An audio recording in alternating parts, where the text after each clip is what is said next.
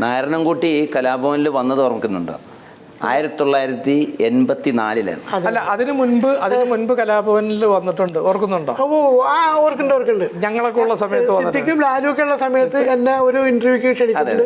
അന്ന് മിംസ് പരേഡിന് വേണ്ടി എന്നെ വിളിച്ചിട്ടുണ്ട്. ഞാനന്ന് വന്നിട്ടുണ്ട്, ഇന്റർവ്യൂ നടത്തിയിട്ടുണ്ട്. അന്ന് നിങ്ങൾ എന്നെ എടുത്തില്ല. എടുക്കാതിരുന്നത് വേറൊന്നും കൊണ്ടല്ല, നാരായണൻകുട്ടി മോശം കലാകാരനായതുകൊണ്ടല്ല എടുക്കാതിരുന്നത്. അന്ന് മിംസ് പരേഡിലുണ്ടായിരുന്ന പല കലാകാരന്മാരും ഞങ്ങൾക്ക് ആവശ്യമുണ്ടായിരുന്നത് നടന്മാരുടെ ശബ്ദം അനുകരിക്കുന്ന ഒരാളെയാണ്.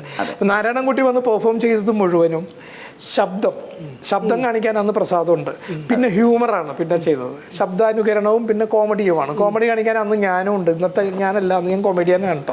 അപ്പോൾ കോമഡി കാണിക്കുന്ന ഞാനുണ്ട്, സൈനുദ്ദീനും ഉണ്ട്. അപ്പൊ അതുകൊണ്ടാണ് അതിന് അന്ന് പിന്നീട് വിളിച്ചല്ലോ. ഏറ്റവും കൂടുതൽ അന്ന് കോമഡിയിൽ ഷൈൻ ചെയ്തുകൊണ്ടിരുന്നത് സിദ്ദിഖായിരുന്നു. ഒരുപാട് സാധനങ്ങൾ എനിക്ക് ഇപ്പോൾ ഓർമ്മ. പക്ഷെ അന്ന് എന്നെ എടുക്കാത്തതുകൊണ്ട് എനിക്ക് വലിയ വിഷമമുണ്ടായില്ല. പക്ഷെ പിന്നീട് എടുത്തല്ലോ. അല്ല, പിന്നീട് ഞാൻ അവിടെ നിന്ന് വന്ന് പ്രസാദാണ് പിന്നെ എന്നെ ഒന്ന് വിളിക്കുന്നത്. 84 എന്നെ പ്രസാദ് ഒന്ന് വിളിക്കുന്നത്. അന്ന് പ്രസാദിനെ വിളിച്ചപ്പോൾ എനിക്ക് വരാൻ പറ്റൂല. എനിക്കപ്പോൾ ജോലി കിട്ടിയിട്ടുണ്ട്, ജോലിയുണ്ട് എനിക്ക് ഹൈക്കോടതിയിൽ. ആ ജോലി ഉള്ളത് കൊണ്ട് എനിക്ക് വരാൻ ശരിക്കൊരു മനസ്സിൽ ബുദ്ധിമുട്ടില്ലായിരുന്നു. എന്നിട്ട് പിന്നെ ഞാൻ നിർബന്ധിച്ച് ഒരു 2 പരിപാടിക്ക് നാരായണൻകുട്ടി വന്നാൽ മതി. അതിനുശേഷം നാരായണൻകുട്ടി പോയിക്കോ, 2 പരിപാടിയിലൊന്ന് വന്ന് എനിക്കറിയാം വന്നു കഴിഞ്ഞാൽ പോവില്ല എന്നറിയാം ഇവിടുത്തെ ഒരു സെറ്റപ്പില്ലേ. അങ്ങനെ 2 പരിപാടിക്കായിട്ട് നിർബന്ധിച്ച് വലിച്ചടിച്ചു കൊണ്ടുവന്നു നാരായണൻകുട്ടി. അങ്ങനെ ശരിക്കും സത്യം പറഞ്ഞു പ്രസാദ് പറഞ്ഞത് ശരിയാണ്. അപ്പം 2 പരിപാടിക്കല്ലേ ഉള്ളൂ വന്നത്, നമുക്ക് കോടതിയിലെങ്കിലും പറഞ്ഞ് അഡ്ജസ്റ്റ് ചെയ്യാം. നമ്മൾ 2 പരിപാടിക്ക് ഞാൻ വന്നു. പിന്നെ അവിടെ നിന്ന് പോരേണ്ടി വന്നിട്ടില്ല. അതുമാത്രമല്ല, അന്ന് ഞാൻ പോരാണ്ടിരുന്നത് കൊണ്ടാണ്, അല്ലെങ്കിൽ എൻ്റെ ഒരു നിമിത്തമായിരിക്കാം, എന്തെങ്കിലും ആയിക്കോട്ടെ, അതുകൊണ്ടിട്ടാണെന്ന് ഇത്രയും നിലയിലും ഈ സ്റ്റേജിൽ വന്ന് നിൽക്കാൻ എനിക്കൊരു അവസരം കിട്ടിയത്. സന്തോഷം. 1984 വന്നതിന് ശേഷമാണ് കലാഭവൻ നാരായണൻകുട്ടിയായത്. അതിനു മുൻപ് എറണാകുളം നാരായണൻകുട്ടി അങ്ങനെയായിരുന്നു ഒരു പേരുണ്ടായിരുന്നത്. അന്ന് എല്ലാവരും പിന്നെ എറണാകുളം നാരായണൻകുട്ടി എന്നാണ് വിളിക്കുന്നത്. പിന്നെ കലാഭവനിൽ വന്നതിന് ശേഷം കലാഭവൻ നാരായണൻകുട്ടി, എറണാകുളം നാരായണൻകുട്ടി, ചിലവരിപ്പോൾ എറണാകുളം കലാഭവൻ നാരായണൻകുട്ടി അങ്ങനെ വിളിക്കാറുണ്ട്. അതിനെക്കുറിച്ച് ഭയങ്കര കോമഡി ഉണ്ട് ആ പേര്. പുള്ളി ആ സമയത്താണ് ഒരു സിനിമയിൽ അഭിനയിച്ചത്, നന്മ നിറഞ്ഞവൻ. ശ്രീനിവാസൻ. അതാണോ ആദ്യത്തെ സിനിമ? അല്ല, എൻ്റെ ആദ്യത്തെ പടം 1 മുതൽ 0 വരെയാണ്. 1 മുതൽ 0.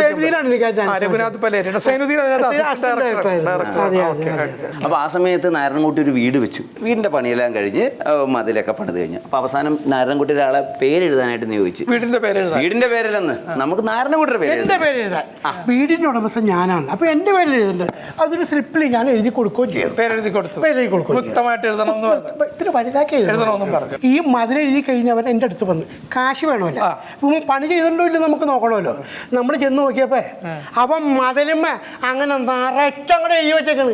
ഇവനെ ഇലക്ഷന് മതിലുമ്മ എഴുതാൻ പോണവനാണ്. എന്താ എഴുതി വെച്ചേക്കണെന്ന് അറിയാമോ? അറിയാം. നന്മ നിറഞ്ഞവൻ ശ്രീനിവാസൻ ഫെയിം എറണാകുളം കലാഭവൻ നാരായണൻ കു. അത്രേ ഉള്ളൂ. ഇറ്റപ്പുറത്ത് നോക്കിയപ്പോ എന്താ അടുത്ത വീട്ടുകാരൻ്റെ മതിലാണ്.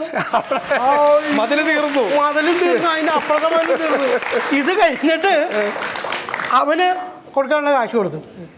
ഇത് മാറ്റാൻ അതിൽ കൂടുതൽ കാശ് കൊടുത്തു.